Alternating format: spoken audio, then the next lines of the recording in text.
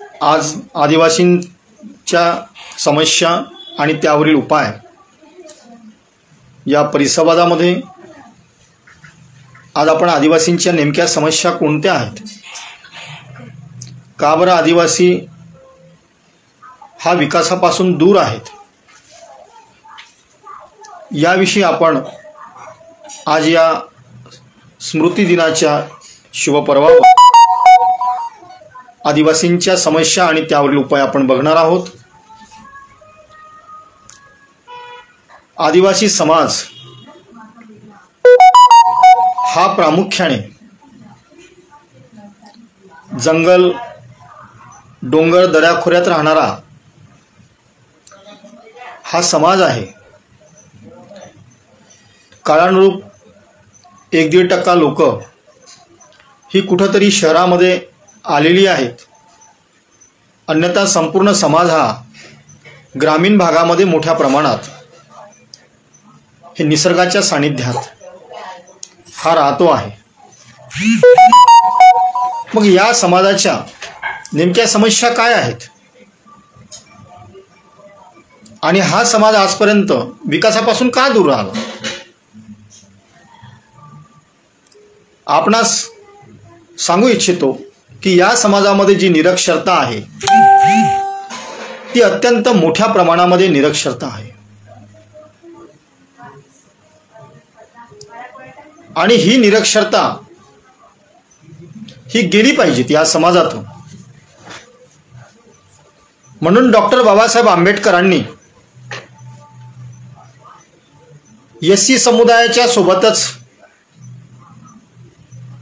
ST ही समुदायाला शिक्षणाच्या सोयी सवलती या घटनात्मक तरतुदीच्या माध्यमातून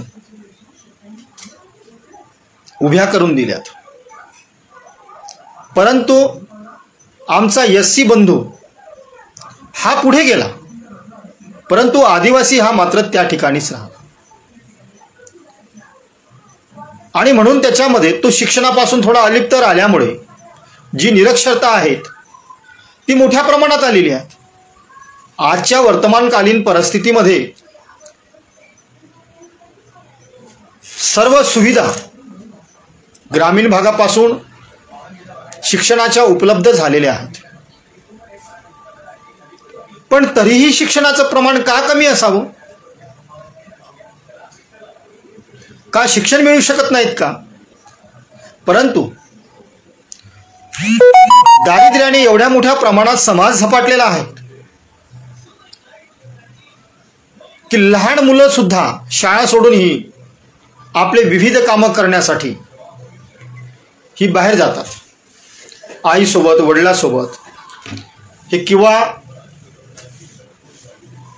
म्हणजे बहिणींना हे बघणे, भावांना बघणे, या बाबी हे मोलमजुरी करणे, या काही बाबी आहेत। परंतु महात्मा ज्योतिबा फुले यांनी शिक्षणाचं महत्त्व अधोरेखित केलं। विद्येविना मती गेली, मतीविना नीती गेली, नीतीविना गती गेली, गतीविना वित्त गेले, वित्तविना शूद्र खचले, इतके अनर्थ एका विद्येने केले। मग विद्येशिवाय या समाजाला पर्याय नाही। मग सुविधा उपलब्ध असतानाही, काही प्रमाणामध्ये सुविधा उपलब्ध असतानाही हा माणूस का मागे राहतो? का याचा लाभ का घेऊ शकत नाही तो?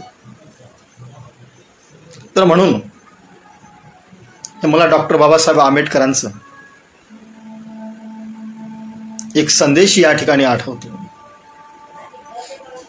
तो उपायात्मक संदेश आहे की समाजामध्ये शिकलेल्या प्रत्येक माणसाने रेल्वेच्या इंजिनाचा कित्ता गिरवला पाहिजे। ज्याप्रमाणे रेल्वेचं एक इंजिन आपल्या मागे असणाऱ्या हजारो डब्यांना वाहून घेऊन जाते, त्या प्रमाणामध्ये समाजामध्ये शिकलेल्या प्रत्येक व्यक्तीने आपल्या समाजाला वाहून घेण्यासाठी प्रयत्न केले पाहिजे, कारण की प्रयत्नाशिवाय हे खरं। बरं, ग्रामीण भागाच्या नंतर पुढे जेव्हा तो मुलगा शहरामध्ये शिकण्यासाठी येतो तेव्हा वसतिगृहांची सुविधा आहे, ही वसतिगृहांची सुविधा ही सर्वांसाठीच आहे, पण तरी पण आदिवासी विकास विभागाच्या अंतर्गत वसतिगृह आहे आणि त्या वसतिगृहासाठी शासन खर्च करतोय, परंतु आमच्या वसतिगृहाची जी अवस्था आहे किंवा स्थिती आहे ही वेगळ्या पद्धतीची आहे. आपणास सांगायचं म्हणजे इथून 15-16 वर्षापूर्वी हे जवळपास 285 वसतिगृहांना मंजुरात मिळाली होती की ग्रामीण भागातले मुलं येतात ती शहरात शिकली पाहिजेत. आणि एवढ्या वसतिगृहाला मंजुरात मिळाल्याच्या नंतर वसतिगृहांच्या इमारती मात्र आज फक्त 60 ते 65 इमारती, स्वतंत्र इमारती या राज्यामध्ये आहे. मग या इमारती का झाल्या नाहीत? त्या विद्यार्थ्यांची सोय कशी करायची? या इमारती का झाल्या नाहीत? भारताच्या ऑडिटरने किंवा जे लेखापरीक्षण होतात त्या लेखापरीक्षणामध्ये काय काय नमूद असेल? त्यात असे नमूद आहे की वेळेवर पैसा उपलब्ध होत नाही, इमारतींसाठी जागा मिळत नाही,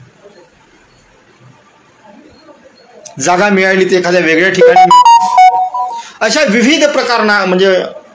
विविध प्रकारच्या ज्या काही अडीअडचणी आहेत या अडीअडचणी त्या पॅरांमध्ये नमूद आहेत. उपायात्मक बाब अशी आहे, आदिवासी समाजाचे एवढ्या मोठ्या प्रमाणात लोकप्रतिनिधी आहे आणि असं असताना जागा का उपलब्ध होत नाही, कशी होत नाही, पैसा कसा वापस जातो? मग ही माणसं का बोलत नाही? या विषयावर ही माणसं का लक्ष देत नाहीत?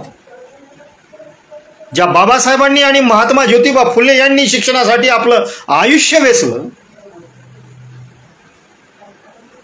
काय त्यांचा वसा या समाजासाठी आपल्याला वाहून घेता येऊ शकत नाही?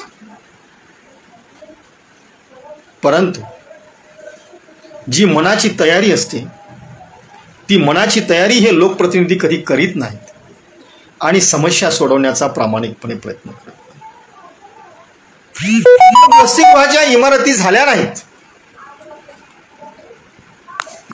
मग ही समस्या सुटली पाहिजे म्हणून सर्व विद्यार्थी हे वसतिगृहाच्या किंवा समाजातील लोक संघटना हे वसतिगृहाच्या बांधकामासाठी किंवा वसतिगृहाच्या जागेसाठी ही माणसं लढू लागली. मग आमच्या मुलांवर ठपका ठेवण्यात आला की हे पोरं जेवणासाठी यासाठी असे करतात तसे करतात, अशा प्रकारचे विषय लागले. आणि समाज कल्याणला डीबीटी त्या म्हणजे समाज कल्याणच्या जे विद्यार्थी आहेत त्यांना डीबीटी नाही लागू झाली, पण एवढ्या तातडीने डीबीटी लागू केली या ट्रायबलच्या विद्यार्थ्यांना. आणि मग पुढे असा प्रश्न झाला की त्या पोरांचे अकाउंट नाही, अकाउंट आहे तर खाते लिंक नाही, अशा समस्या उभ्या झाल्या. मग त्याच्यानंतर ती योजना आणली तर आमचे पैसे जे आहे ना तर ते त्या डीबीटीच्या त्या प्रणालीमध्येच अटकून राहिले. आता 12 कोटी रुपये हे आता मागच्या 2 वर्षाची शिष्यवृत्ती अजूनही मिळाली नव्हती त्या डीबीटी पोरांची.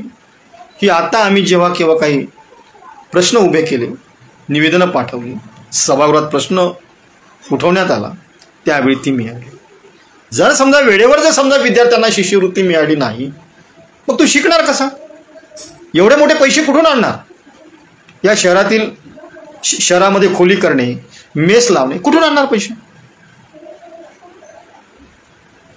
बरं ठीक आहे, आपण आता इथपर्यंत जाऊ. आपण थोडं पुढे जर गेलो, जे विद्यार्थी PhD करत आहेत, आता बार्टी असेल, सारथी असेल, महाज्योती आहे, या संस्था आमची जी आदिवासी आपलं संशोधन व जी प्रशिक्षण संस्था आहे, हिच्यापेक्षा मात्र या संस्था आहेत या नव्याने उभ्या राहिलेल्या आहेत. आणि ही आदिवासी संशोधन व प्रशिक्षण संस्था खूप आधीची आहे, जुनी आहे. पण तरी पण या सर्व जे काही PhD करणारे विद्यार्थी आहेत, अहो त्यांना फेलोशिप मिळतात. आणि आम्हाला अजूनपर्यंत आमच्या लेकरांना फेलोशिप नाही. ते पुण्यामध्ये आंदोलन उभे करतात. आता आंदोलन उभं झालं होतं 1 महिन्याआधी. 2 वेळा त्या पोरांनी आंदोलन केलं. आणि अखेर शेवटी काय, या 4-5 महिन्याच्या आधी त्या 85 कोटी रुपयाचा प्रस्ताव पाठवला. म्हणजे परिस्थिती अशी आहे की ज्या संस्था नव्याने उदयाला आल्या, बार्टी असेल, सारथी असेल, यशदा असेल, या वेगाने काम करत आहे. महाज्योती असेल, परंतु मात्र आमची संस्था एवढी जुनी असून आतापर्यंत फेलोशिप नाही. म्हणजे किती विचित्र परिस्थिती आहे. जेव्हा आम्ही समस्यावर बोलतो, मग उपायात्मक याच्यासाठी आमची पोरं लढत आहे, लोक लढत आहे, मग तो प्रस्ताव कसा का मंजूर नाही होत. आणि तो प्रस्ताव तर मंजूर करणं हे तर काय आता त्या सामान्य लोकांच्या हातात नाही. या बाबी तर लोकप्रतिनिधीशिवाय कोणी काही करू शकणार नाही. आणि जोपर्यंत लोकप्रतिनिधी आवाज उठवत नाही तोपर्यंत तो प्रस्ताव कसा मंजूर होणार. मग आमच्या पोरांना आमची कला आहे, आमची संस्कृती आहे, आमचं कल्चर आहे, या कल्चरमध्ये संशोधन झालं पाहिजे. आमचं कल्चर टिकून राहिलं पाहिजे. आमच्या सांस्कृतिक हे वारशाचं संवर्धन झालं पाहिजे. यासाठी आमचे लेकरं करतील ना PhD. मग आज खर्च किती येतो. मग हा खर्च जो आहे तो भागवण्याची ताकद त्या लेकरात आहे का. किती विचित्र समस्या आहेत. मला दुःख वाटतं की या ठिकाणी ज्या डॉक्टर बाबासाहेब आंबेडकरांनी आणि महात्मा ज्योतिबा फुलेंनी अहो शिक्षणासाठी संपूर्ण आयुष्य वाया घालवलं. आणि अजूनही आमच्या लोकप्रतिनिधी असेल, माणसं असेल किंवा शिकलेली माणसं असेल, या लोकांना या बाबी सांगायच्या. म्हणजे किती वाईट अवस्था आहे. एवढ्या उदासीनतेमध्ये ही जी प्रणाली आहे, ही जी शिक्षणाची व्यवस्था आहे ट्रायबलच्या संदर्भात, फार भीषण. बरं, शिक्षण नसल्यामुळे पुढे काय झालं. जे ज्ञान असतं, आताचं ज्ञान लगेच 2 मिनिटामध्ये शिळं होतं. एवढा ज्ञानाचा प्रचंड जो विकास आहे तो मोठ्या प्रमाणात आहे, झपाट्याने आहे. जस्ट कालचं ज्ञान सकाळ झाल्याबरोबर शिळं होऊन जातं. एवढं त्या ज्ञानाचा म्हणजे विस्फोट होत आहे, एवढं वेगाने पसरत आहे. आणि जर समजा आमची शिक्षणाची अवस्था जर ही असेल तर काय आमच्या समाजामध्ये अंधश्रद्धा राहणार नाही. काय करणार अतदीप भव आमच्या तथागताचं वाक्य कसं करणार. स्वतः स्वयंप्रकाशित कसे होणार. मग या समाजामध्ये अंधश्रद्धा राहणार नाही तर काय. मग ही अंधश्रद्धा दूर झाली पाहिजे. हे त्यांच्यामध्ये वैज्ञानिक दृष्टिकोन रुजला पाहिजे. तो शिकल्याशिवाय तो वैज्ञानिक दृष्टिकोन त्याच्यामध्ये रुजणार नाही. मग हा वैज्ञानिक दृष्टिकोन त्याच्यामध्ये रुजला पाहिजे. तो त्या अंधश्रद्धेच्या त्या विळख्यातून बाहेर पडला पाहिजे. यासाठी तर समाजातील शिकलेल्या प्रत्येक माणसाला, आपलं गाव असेल, आपलं खेडं असेल, आपला परिसर असेल, या ठिकाणी जाऊन ही अंधश्रद्धा कशी दूर करता येईल खूप काळाची गरज आहे. संघर्ष हा मोठ्या प्रमाणात करावा लागतो. एवढं सोपं नाही राहिलं या समाजासाठी. आपण ज्या विकासात्मक किंवा ज्या काही बाबी आज आपल्याला सगळं डिजिटल जरी दिसत असलं तरी म्हणजे कोसो दूर हा समाज आहे. आणि यामुळेच मग व्यसनाधीनता समाजामध्ये वाढली. आता तसंही म्हणा, आमच्या संस्कृतीमध्ये जी मोहाची दारू आहे औषध म्हणून आहे, तिचा म्हणजे बघ खोकला असेल तर त्यावेळेस ते करायचे. बाळंतीण बाईला खोकला झाला किंवा लहान मुलगा जरी समजा खोकलत असेल. पुढे काय झालं की अनेक माणसं अनेक व्यसनाधींच्या आहारी गेले, कारण की म्हणजे दिवसभर काबाड कष्ट करणं आणि थोडं व्यसन घेतलं की रात्री हे रिलॅक्स वाटणं, मोठ्या प्रमाणात गेले. शिकलेली माणसं ही रोडवर असणाऱ्या बारमध्ये बसतात, ही माणसं इकडे राहतात.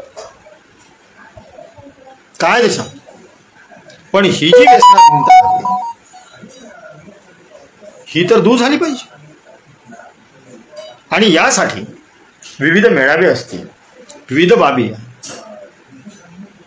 या विविध बाबीच्या माध्यमातून हे प्रयोग केल्याशिवाय हे परिवर्तन घडणार नाही. आमच्या हे समाजामध्ये बालविवाह होता, पण आज लोक शिकलेले आहेत थोडेफार, आणि कायद्याचा बडगा असल्यामुळे बऱ्याच मोठ्या प्रमाणामध्ये समाजातील बालविवाह प्रथाला आज रोखल्या जात आहेत. दारिद्र्यामुळे आज म्हणजे बघ, कुपोषणाची भयावह अवस्था, मोठ्या प्रमाणात कुपोषण आहे. अहवाल तर खूप चांगले जातात, आम्ही हे केले ते केले, असं केलं तसं केलं. काय वस्तुस्थिती आहे? मला पुन्हा बाबासाहेबांचं वाक्य मी रिपीट करतोय की समाजातल्या शिकलेल्या प्रत्येक माणसाने रेल्वेच्या इंजिनाचा कित्ता गिरवल्याशिवाय आणि आपल्या मागे असणारा जे काही डबे असतात ते जसं ते घेऊन जातं रेल्वेचं इंजिन, त्या प्रमाणामध्ये प्रत्येकाने काम केल्याशिवाय या अनेक बाबींवर आपण मात करू शकणार. आता या तर प्रायमरी बाबी झाल्या. आमच्या बेरोजगारीच्या समस्या आहेत. समाजामध्ये बेरोजगारी मोठ्या प्रमाणामध्ये आहे.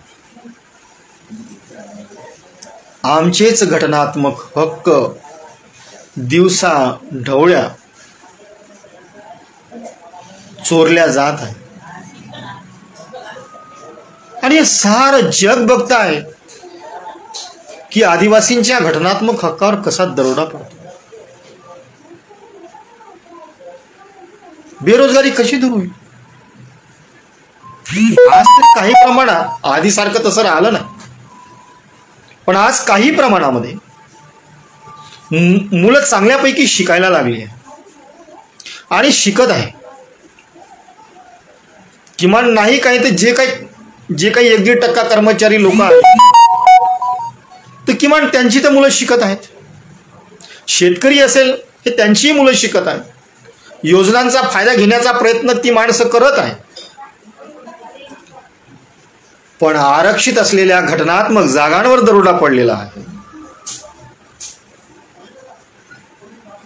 आणि आरक्षित जागाच्या हक्काच्या जागा या आदिवासींना मिळत नाही. किती भयावह बाब. आज 12,500 जागा हडपल्याचे खुद्द सरकारने उच्च न्यायालयामध्ये लिहून दिलेत आणि भरणार हेही लिहून दिलं.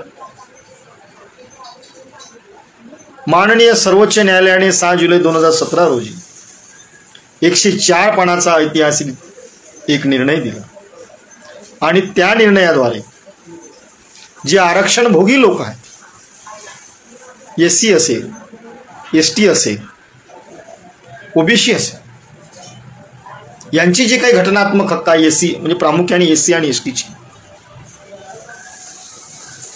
तर हे त्यांचे हक्क त्यांनाच मिळाले पाहिजे, दुसऱ्याला नाही जमणार ना.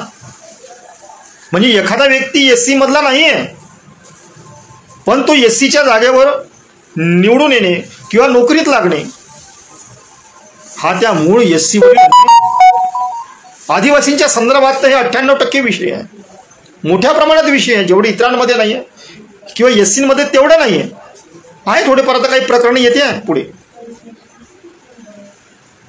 पण आदिवासी समाजामध्ये तर मोठ्या प्रमाणात आहे.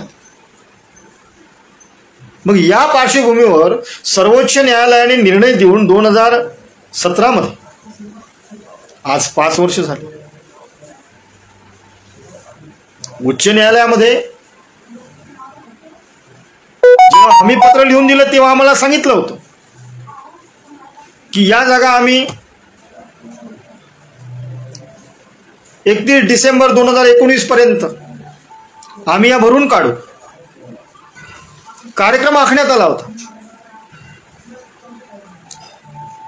खूप झालं. 1 फेब्रुवारी 2020ला म्हणजे सगळ्यांना ऑर्डरी देणं. काय जागा भरल्या आमची, आणि मग आमची बेरोजगारी कशी दूर होणार आहे?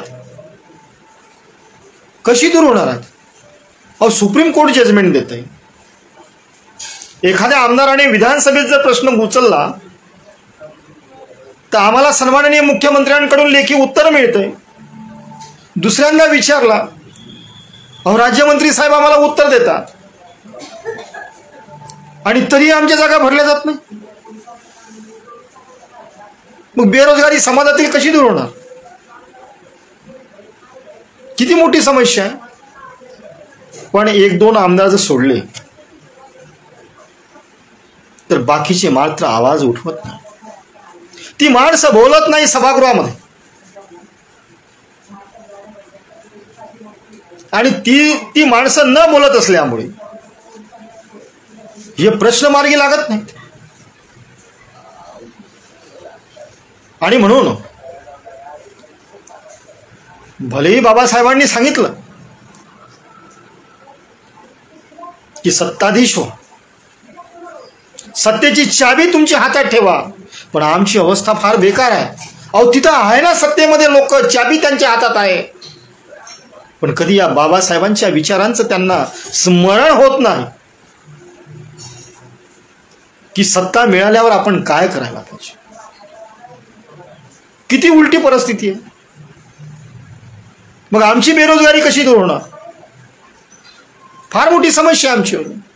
बरं, ह्यात गैर लोकांनी बळकावलेल्या जागा, आमचं काही असं म्हणणं आहे का किंवा तुम्ही त्यांच्यावर काय? आमचं म्हणणं एवढंच आहे, तुम्हाला काय करायचं ते करत बसा बाबा, पण आमच्या जागा तर भरा. तुम्ही जावई करून घ्या, आम्हाला काय घेणं नाही, पण कमीत कमी आमच्या जागा तर भरा. आमचं काय मागणं आहे? आम्ही आमचे घटनात्मक हक्क मागतोय जे बाबासाहेबांनी दिले ते. आम्ही काय मागतोय या पलीकडे? पण तरीही आमच्या घटनात्मक हक्कावर दरोडा या लोकशाहीमध्ये. किती भीषण अवस्था आहे हे दोस्तांना. एवढी विचित्र अवस्था, एवढी इतर कुणीही समूहात नसेल. या स्मृती दिनाच्या पर्वावर मला हे सांगताना अत्यंत वाईट वाटत आहे. या समस्यांची जेव्हा उकल करतो, अहो आमच्या जगण्याचे प्रश्न आहेत. त्या जगण्याच्या प्रश्नांसाठी आमच्याकडे वनहक्क कायदा आहे, वनांचा अधिकार दिला आम्हाला, पण त्या वनांच्या अधिकारामध्ये सुद्धा तुम्हाला माहित असेल 2019 मध्ये सुप्रीम कोर्टामध्ये जे वन्यजीव प्राणी संरक्षक वाली जी काही संस्था आहे, या संस्था सुप्रीम कोर्टात गेल्या. जवळपास 20 ते 22 स्टेटमध्ये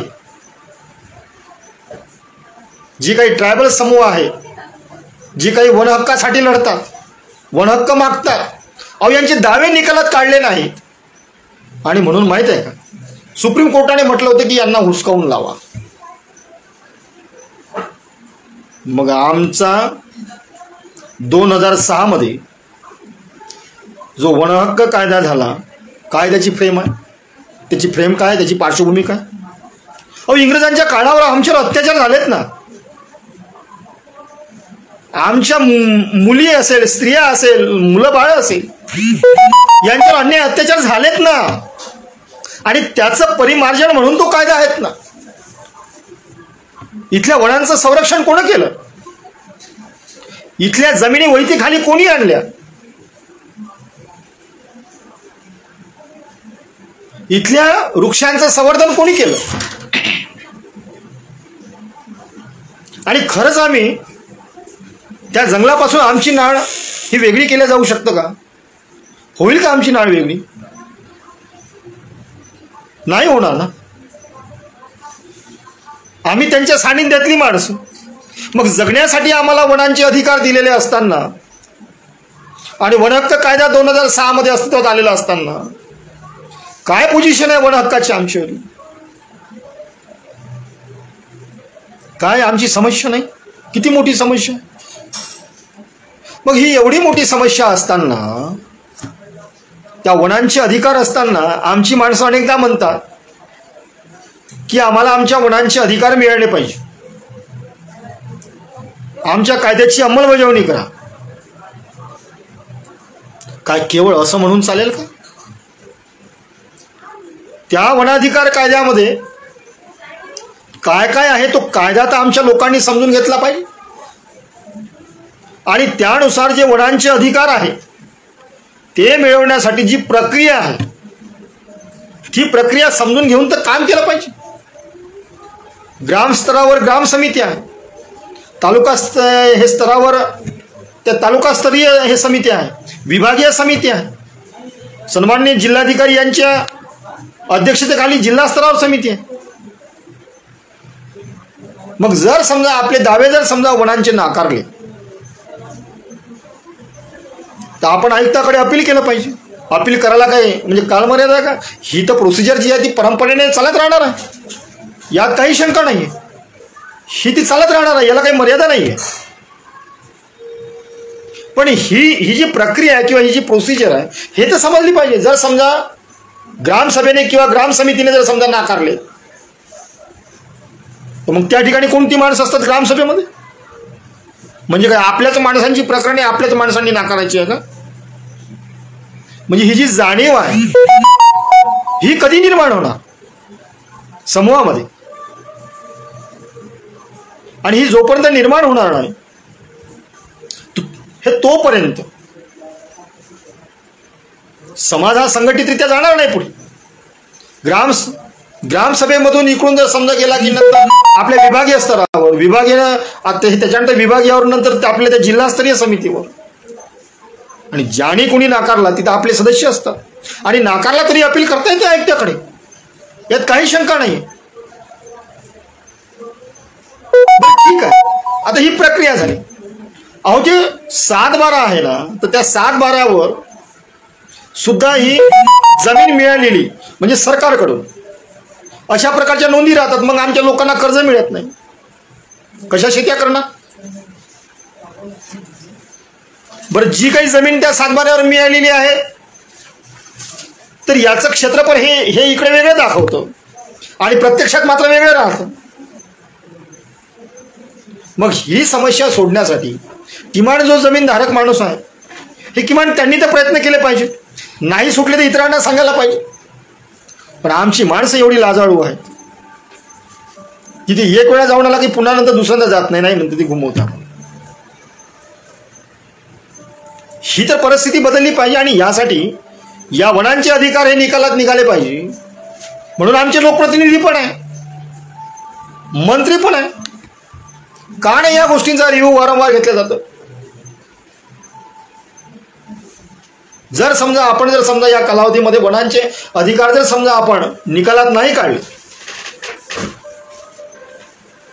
तर आधीच तर ते सुप्रीम कोर्टामध्ये केसेस आहेत, हुसकावून कधी लावणार काही सांगता येत नाही. म्हणजे आदिवासी होईल की नाही पोरका? बस वनांचे हक्क मिळाले पाहिजे एवढंच, याच्या पलीकडे जाऊन काही प्रक्रिया करा लागेल. समाजातील लोक असतील, संघटना असतील, सर्वांनी एकमेकाला सहकार्य करून ती समस्या निकालात काढता येईल. काय अडचणी आहे त्याच्यामध्ये? अशा प्रकारची ही जी आहे ही फार मोठी समस्या आहे. बरं, हे जगण्याचं साधन झालं, वनांचे हक्क झाले, बेरोजगारी झाली. अहो या प्रक्रियेमध्ये आम्हाला असं वाटतं की आमची पोरं ही हे स्पेशालिस्टच्या जागेमध्ये गेली पाहिजे, त्या मेडिकल इंजिनिअरिंगला गेली पाहिजे. पण मात्र त्याही ठिकाणी आमचे घटनात्मक हक्क जे आहेत ते पूर्ण पायदळी तुडवले जातात.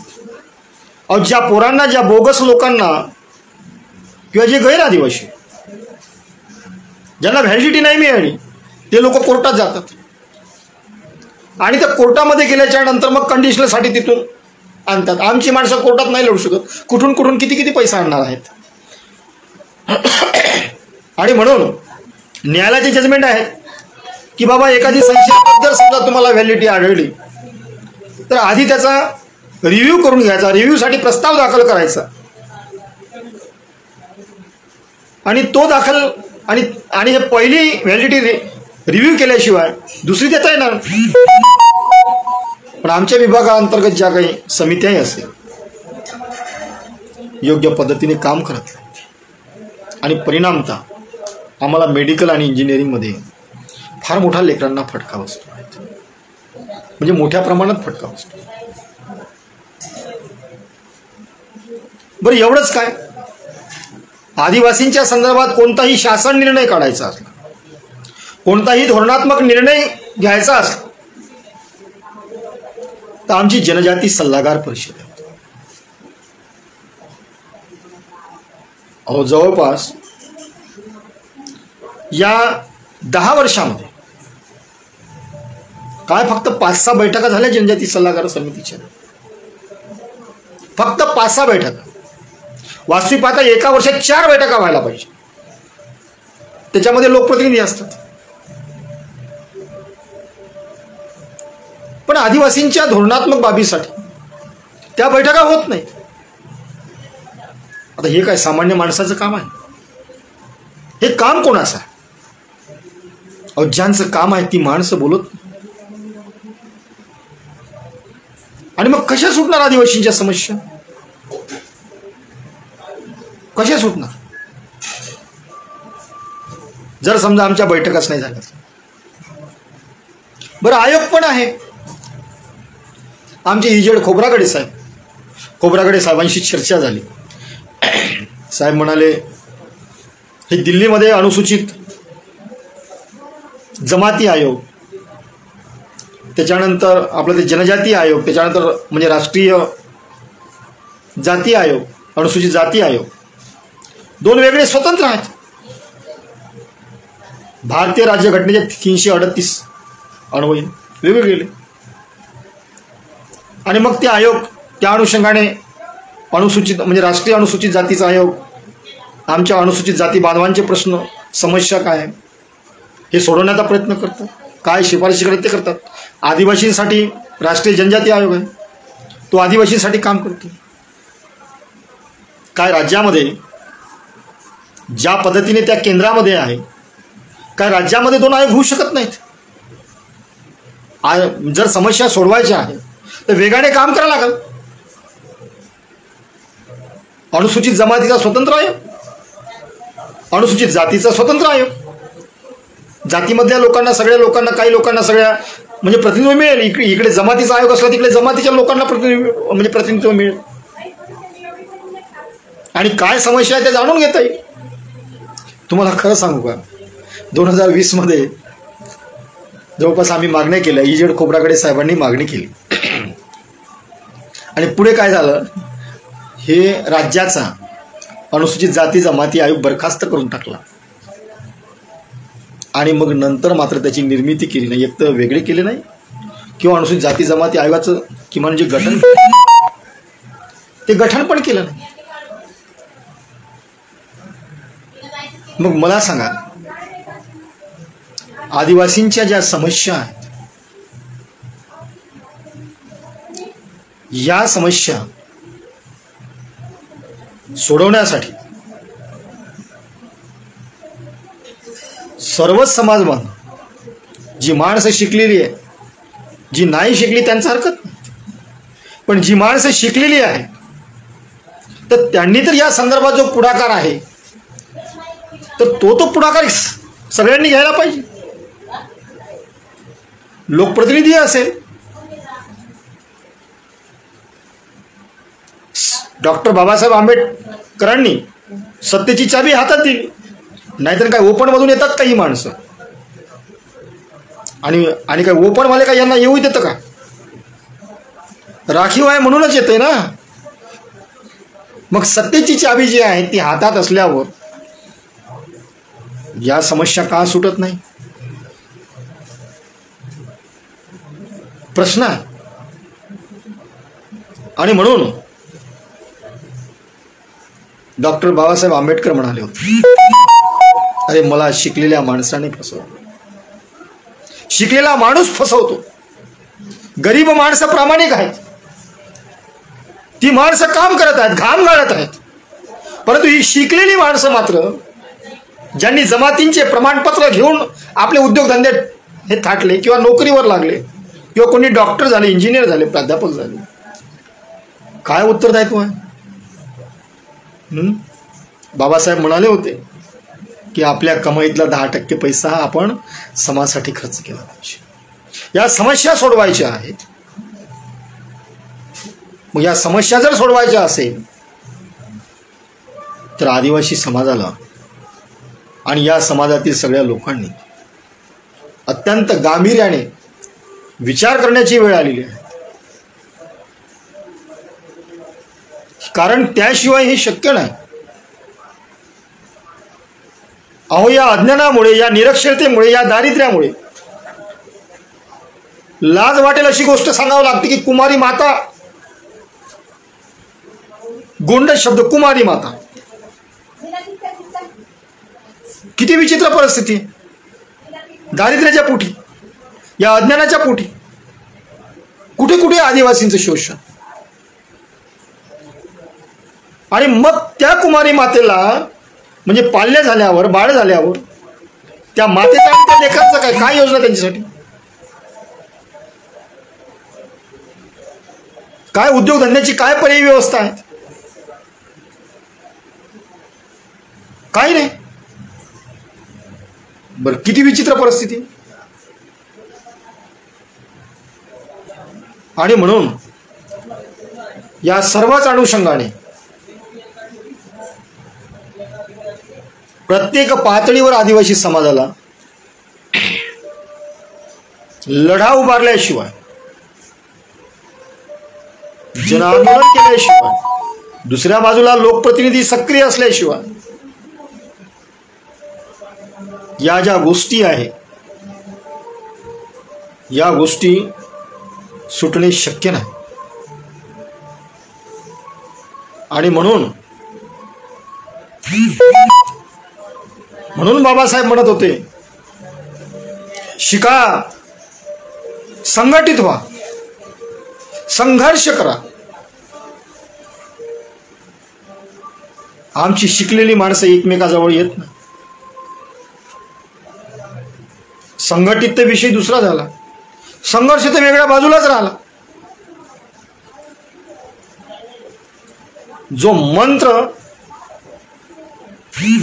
माझ्या एससी बंधूंनी अंमलात आणला, त्याला पाळला, शिका, संघटित व्हा, संघर्ष करा. आमच्या माणसांना काय झालं? काय झालं आमच्या माणसांना? बाबासाहेबांनी शिका म्हटलं तर शिक्षणाची व्यवस्था त्यांनी करून दिली पीपल्स एज्युकेशनच्या माध्यमातून. तेवढं बोलले नाही. आमची माणसं जे कोणी लोकप्रतिनिधी असेल त्यांनीही आपल्या शिक्षण व्यवस्था उभ्या केल्या, शिक्षण संस्था उभ्या केल्या. कशासाठी? स्वतःच्या सगळ्या फायद्यासाठी.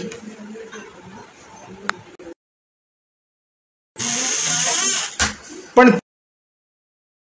त्या शिक्षण संस्थेमधून काय आपल्याला द्यायचं आहे, काय आपल्याला करायचं आहे,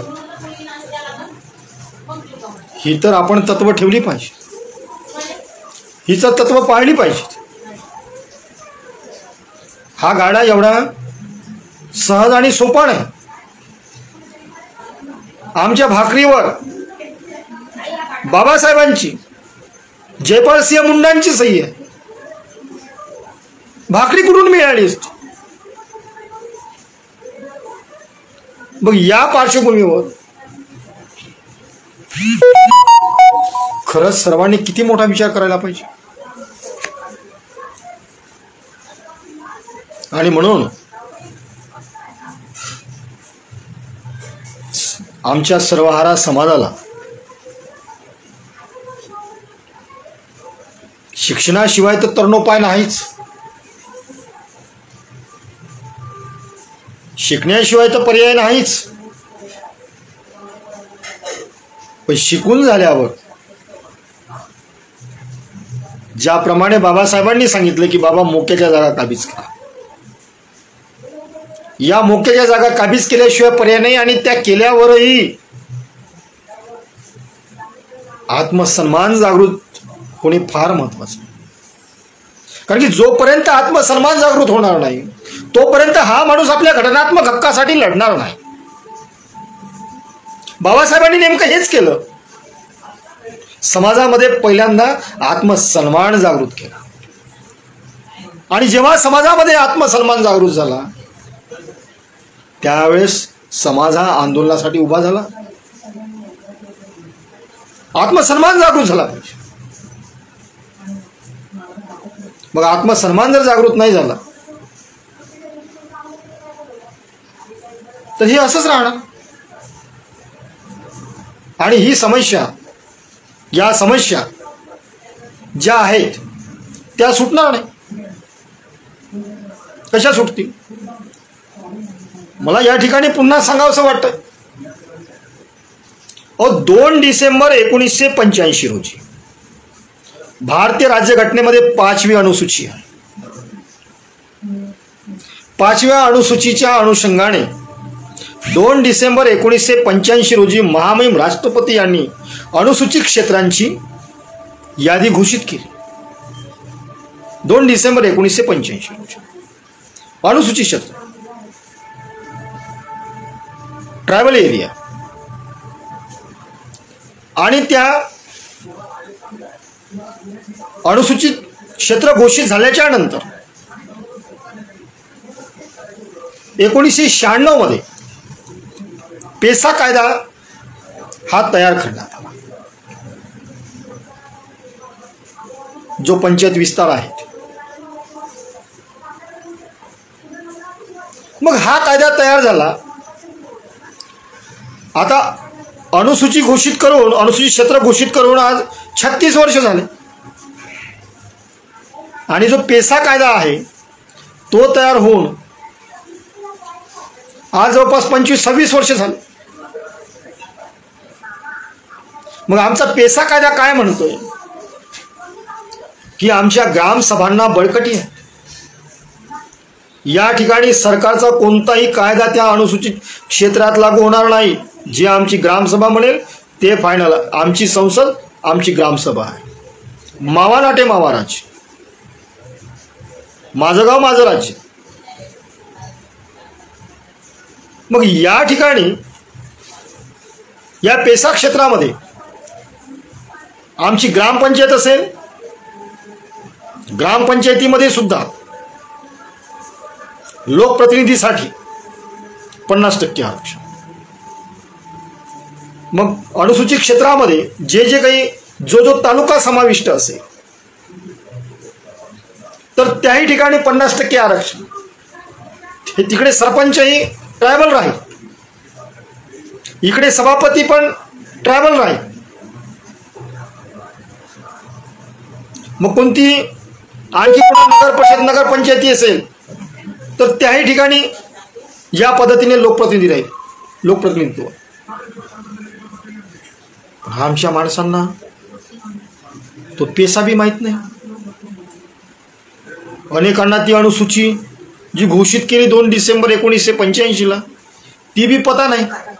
जेव्हा आता या विकास गवळीचं प्रकरण पुढे आलं, जेव्हा राहुल वाघ यांचं प्रकरण सुप्रीम कोर्टातून पुढे आलं, जे आरक्षणाबाबत जजमेंट झाले,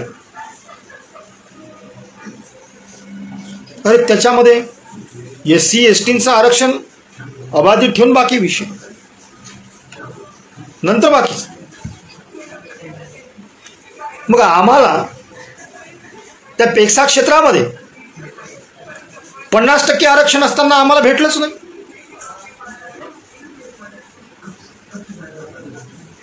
मग हे का नाही भेटलं बाबा? काय ग्रामपंचायत अधिनियम 1958 मध्ये दुरुस्ती नाही?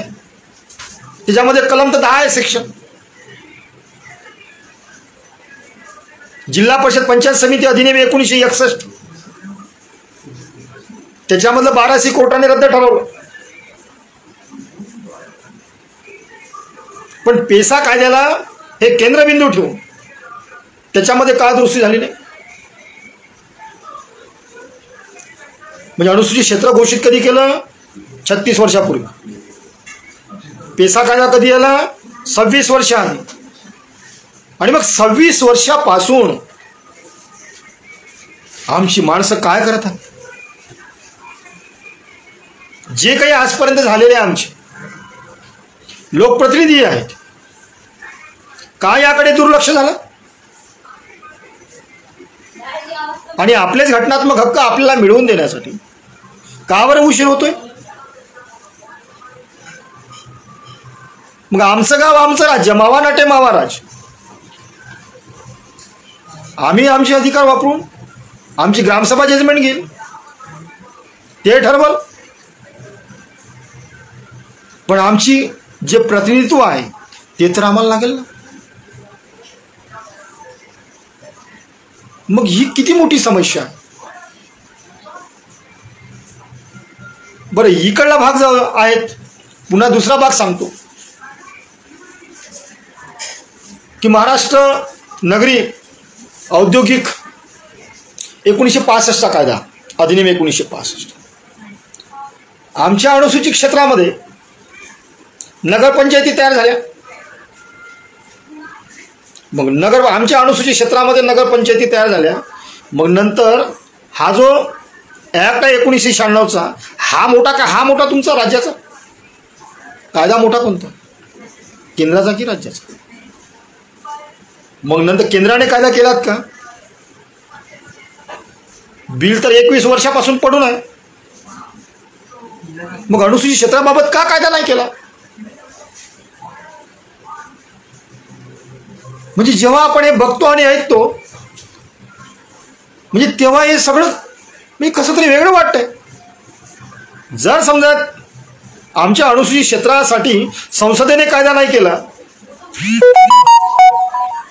मग आमच्या संस्कृतीचं, आमच्या कल्चरचं, आमच्या रूढी परंपरेचं संवर्धन कसं होईल? कसं होईल संवर्धन? मग हे संवर्धन झालं पाहिजे. आदिवासींच्या रूढी परंपरा, संस्कृती, सांस्कृतिक ठेवा, हा वारसा, याचं संवर्धन झालं पाहिजे आणि हे टिकून राहिलं पाहिजे. मग यासाठी कोणता कायदा केला? आम्हाला कायद्याची गरज आहे. मग हा कायदा का झाला नाही?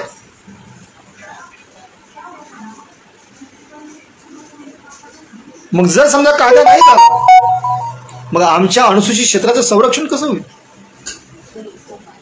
आमच्या रूढी आहे, प्रथा आहे, बोलीभाषा आहे, आमचा सांस्कृतिक ठेवा आहे, या वारशाचं जतन कसं करायचं? आहे की नाही प्रश्न? गंभीर प्रश्न. आणि म्हणून या कायद्यांची गरज आहे. आणि हे कायदे काही सामान्य माणसं कोणी करू शकणार नाही. ही कायदे आमच्या माणसांनी केले पाहिजे, ज्यांना समाजाने पाठवलेला आहे, त्या लोकांनी हे कायदे केले पाहिजेत. यासाठी पुढाकार घेतला पाहिजे. आता दुसरं उदाहरण तुम्हाला सांगतोय. महामहिम राष्ट्रपतींनी 36 वर्षापूर्वी 2 डिसेंबर 1985 रोजी अनुसूचित क्षेत्र घोषित केलं. मग आता 2 डिसेंबर 1985 रोजी अनुसूचित क्षेत्र घोषित केल्याच्या नंतर मग जिल्ह्याच्या निर्मिती किती झाल्या असेल? मग नंतर तालुक्यांच्या सीमा बदलल्या नाहीत का? मग त्या तालुक्याबरोबर त्या गावांच्या सीमा बदलल्या नाहीत का? मग काय त्या अनुसूचित क्षेत्राची जी काही पुनर्रचना आहे, काय ती करायला नको? 36 वर्ष झाली अनुसूचित क्षेत्रांची पुनर्रचना नाही. मग ज्या ठिकाणी आमची माणसं आहे त्या ठिकाणी आमचं राहील ना. तिथं आमचं माणसं नाहीच आहे, ते आम्हाला काय गरज त्या गोष्टीची? पण आम्हाला आमचं अनुसूचित क्षेत्र जे आहे त्या अनुसूचित क्षेत्राचे 36 वर्ष झाले पुनर्रचना झाली नाही. आयोगावर आयोग बसले पण पुनर्रचना नाही झाली. ही जर पुनर्रचना झाली तर आणखी जी काही गावं आहेत तर ती गावे नव्याने येतील ना. आमचा वर्धा जिल्हा आहे, नागपूर आहे, भंडारा असेल, या जिल्ह्यामध्ये ट्रायबलची लोकसंख्या आहे, पण अनुसूचित क्षेत्र नाही आहे.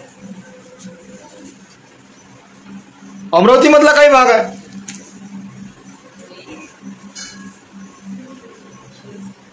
मग हे कसं?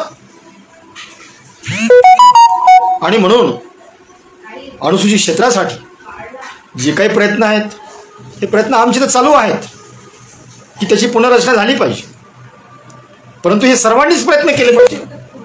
उपायात्मक बाब म्हणून सर्वांनी त्याची डिमांड केली पाहिजे, मागण्या केल्या पाहिजे. मागण्या नाही केल्या तर कसं मिळणार आहे? नाही मिळू शकणार.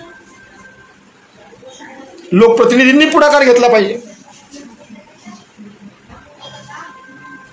कारण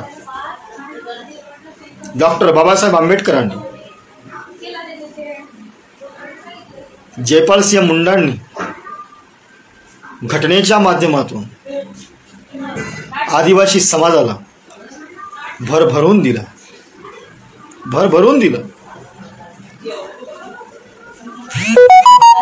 परंतु खेदाची गोष्ट अशी आहे की त्या संधीचं सोनं कसं करायचं? तुमचे घटनात्मक अधिकार रोखवण्याचा प्रयत्न ते करतीलच, यात शंका नाही.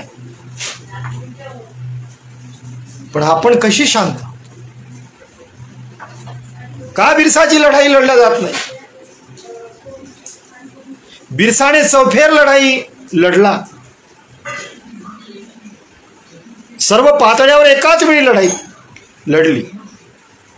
सर्व पातळ्यावर एकाच वेळी लढाई करणे, आणि त्यालाच म्हणतात उलगुलाम. मुंडारी भाषेतला शब्द आहे उलगुलाम. मग का हा समाज चेतून उठत नाही?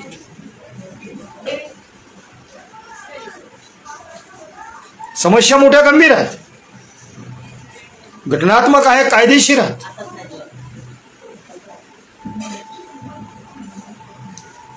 पण धरणे असेल, उपोषणे असेल, आंदोलने असेल, मोर्चा असेल, आपली निवेदन असेल, हे तर चालू ठेवावं लागेल ना. इश्यू जो आहे तो बर्निंग ठेवावा लागेल. कारण इश्यू हा सतत चेतत राहिला तर त्याला गती मिळेल, अन्यथा नाही मिळणार. आणि म्हणून मला या बिरसा मुंडा स्मृती दिनाच्या शुभ पर्वावर आज जी काही बहुजन संघटक फेसबुक पेजने आज फार मोठी संधी ट्रायबल फोरमला या ठिकाणी दिली. काल राहुलजी खांडेकर यांनी संपर्क साधला. ते नेहमी सतत संपर्कात राहतात, पण मी बऱ्याचदा उपलब्ध नाही होऊ शकलो. परंतु मला कळलं नाही. काल त्यांनी संपर्क करून ती ट्रायबल फोरमला एक संधी उपलब्ध करून दिली.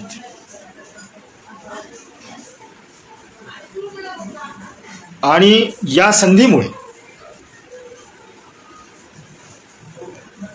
आज या ज्या आदिवासी समाजाच्या ज्या सामाजिक राजकीय समस्या आहेत त्या मांडण्याचा आज चांगला योग आला.